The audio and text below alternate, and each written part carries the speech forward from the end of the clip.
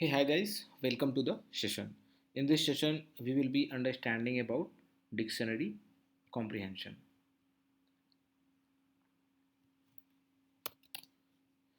Okay, so as we have learned in previous session that if you have to, write a dictionary, what you do is you write, key and its value separated by colon, and all these write inside the curly braces. So this is how we write dictionary. So you can access by just typing dict and print. So if I have to access key and value of a particular dictionary, then I write basically a for loop I comma j. I will pick key, and j will be picked up. J will pick you know values, and then dig dot items. Dig dot iso items basically extract your key values, and then print one by one I comma j.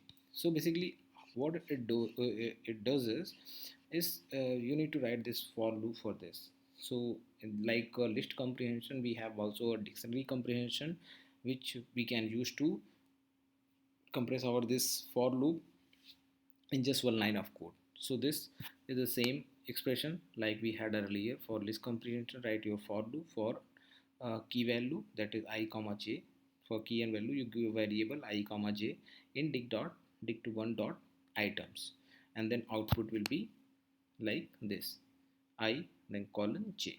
So it can print in that particular format. Okay. So what if instead of I comma j, if I write I colon j, if I write I comma j, so invalid syntax error will be thrown, right? So this is how it get printed. Now if suppose this already we have seen dict 2, yeah, yeah, dictionary 3. In this time what I will do is I will extract keys, and for each key the value which it has, for each key we have a value, right? This time we will multiply values with 2. In short, what I'm saying is we will extract all the key and values. We will not change anything in the key, but in value we will be multiplying by 2. So this is the same thing. By accessing element, we'll access like this, but this time I colon j into 2 will be writing. So earlier we had 1 2 3 4 6. If you say 2, 2 into 4, 3 into 6, 4 into 8, 5 into 10, we are getting output like this.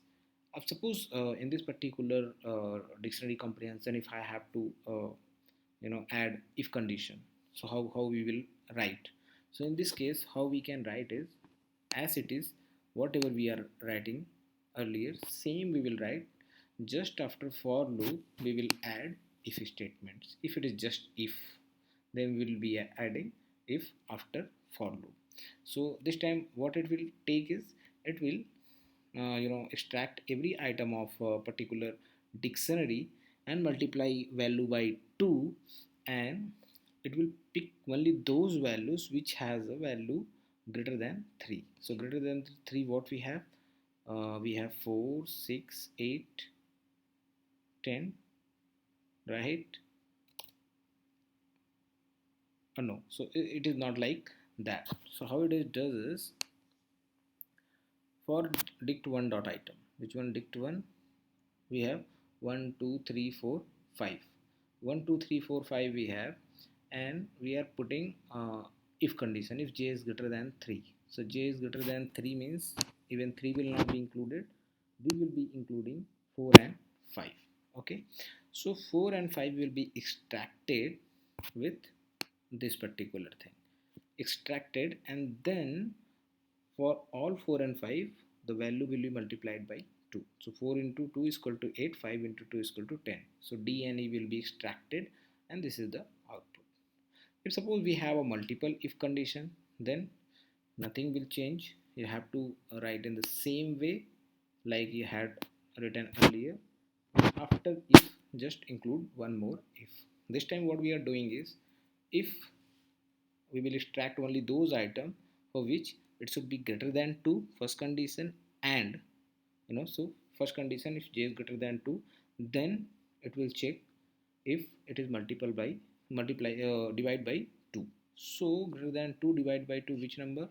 Greater than 2 is 3 4 6, divided by 2 only 4. So d should be extracted. D is extracted, the value of d is 4. Now if you say 4, we will pick a value, we will multiply by 2. So d value will be changed to, updated to 8. Now we have seen nested if. What if we have else also, right? So else we write in this way. So for, we have written the thing which give us a key value pair, that will be written in this way. And then after your key colon, then you write your condition. You have to print even if it is divided by 2, else odd. So here you will, if else condition you will be defining. Instead of a key, you will want to return something. So uh, for a value, so in place of the value j, you will write that if else statement, expression basically.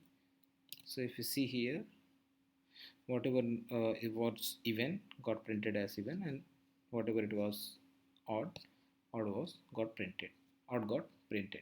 So this is how dictionary comprehension work. You will be seeing the implementation of these particular methods, rest comprehension, dictionary comprehension, and coming lectures. But it's very good if you practice, because if you practice, then only your concept gets clear. So this is all about dictionary comprehension, guys. Thank you.